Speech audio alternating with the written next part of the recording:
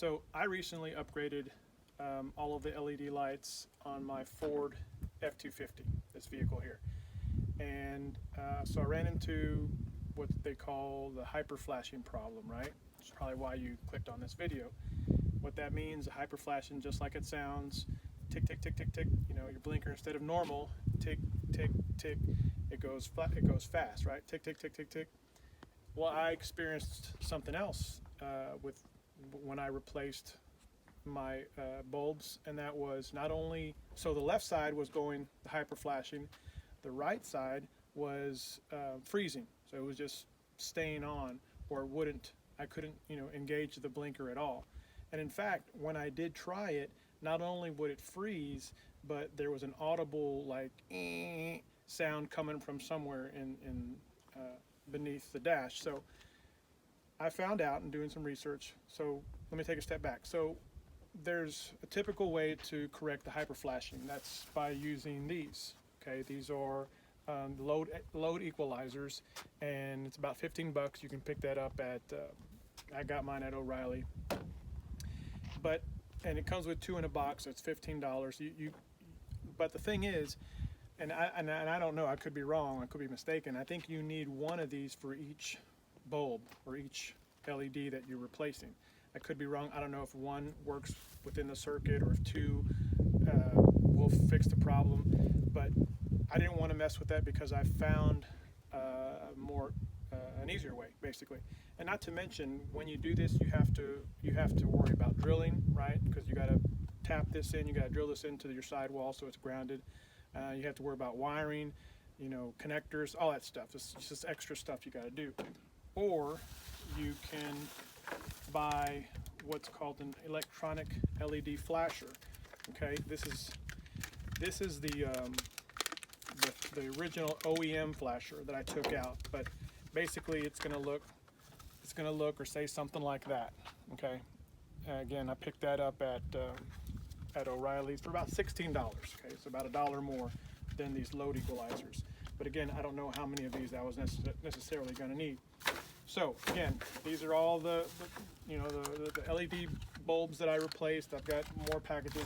Everything's been installed. This is an after the fact video for those who might need help or might need assistance with this particular module, because Ford decided, and I don't know, I can't tell you, you know, what years and whatnot. This is a 2000, so if you have a 2000 or years around it, I'm sure this will be in the same or a similar area or location, which is a pain in the butt to get to. So let me take you around and show you how. Right, so I'm going to show you where this doohickey is.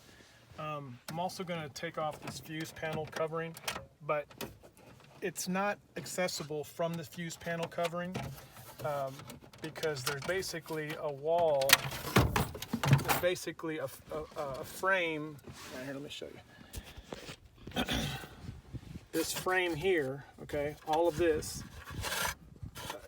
Actually, you can actually see right here is where you need to get at, right? But you can't access it from this side.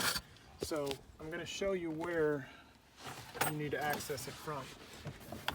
What I did find useful in opening this is I could slide my fingers in there, and I could come around with my other hand. And it was kind of, you know, because you kind of need 2 hands the way it's designed. So there's 2 ways. One way is you can remove this cigarette ashtray, right? You've got 4 screws, 1, 2, 3, 4. I've already got my nifty tool out. It's a 7mm.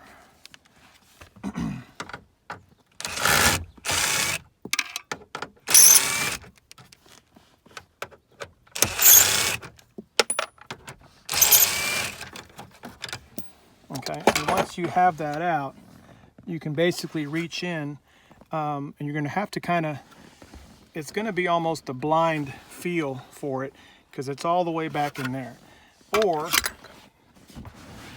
you could, if you have the option, if the availability, and you don't, maybe have an aftermarket stereo system like I do, this whole thing slides out. Okay, so I'm going to pull this I'm going to pull this box out. You can pull your stereo out if you can pull yours out too. And then back in there, you can actually get a better visual of it, is where that fuse box is located. So I'm going to stick my light in here in the bottom, and I'm going to take you in and show you where exactly that's at.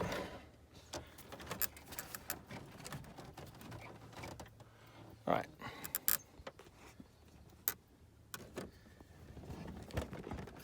So that cover, that little black box right there, is where you need to get at. Okay. If I can get my other hand in there.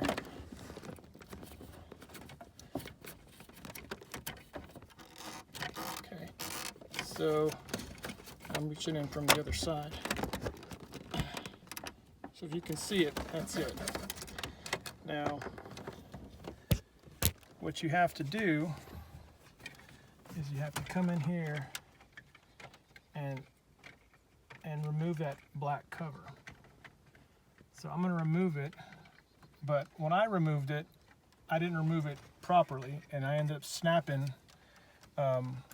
one of the clips that holds the fuse, that holds the assembly in. So keep in mind, when you take this off, you're going to squeeze. Okay, when you squeeze it, it releases on both top and bottom. But again, it's such a pain in the butt to get to that you almost have to use two hands to kind of, you know, come in the other side and kind of hold it on one side and, you know, just figure it out. But you just squeeze it and it comes out. So that sits in there just like that. All right. Now, keep in mind when you remove this, do you know where that thing went? Here it is. When you remove this relay, it's sitting here in the ported side. Okay, so it's like that. All right, it's sitting on top or engine side. You don't want to remove the other relays that are sitting on this side, which is cab side. Okay, so again, remember, you want to remove the relay that's sitting on the engine side, leave the ones that are on the cab side alone.